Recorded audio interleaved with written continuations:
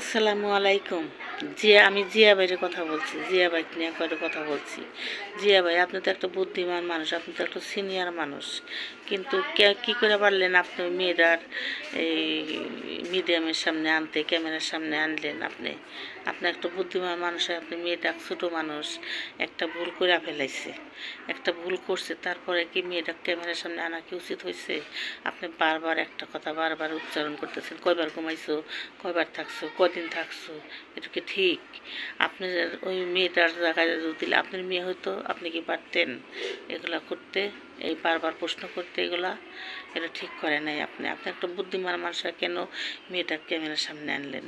মেয়েটার ভবিষ্যৎটা আপনি অন্ধ করে দিলেন। মেয়েটার ভবিষ্যৎ এখন কী রইল? মেয়েটাকে আর জীবনটা নষ্ট করলেন না আপনি।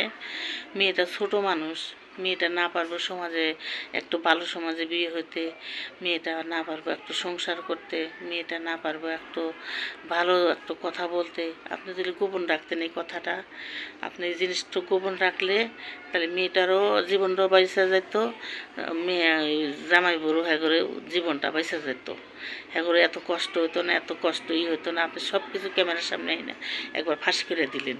ফাঁস করে দিয়ে এরকম আপনি ঠিক হয়েছে? এরকম তো আপনার কখনো ঠিক হয় নাই। ওই মেয়েটার জায়গায় আপনি মেয়ে হলে কেমন করতেন? কখনো পারতেন না।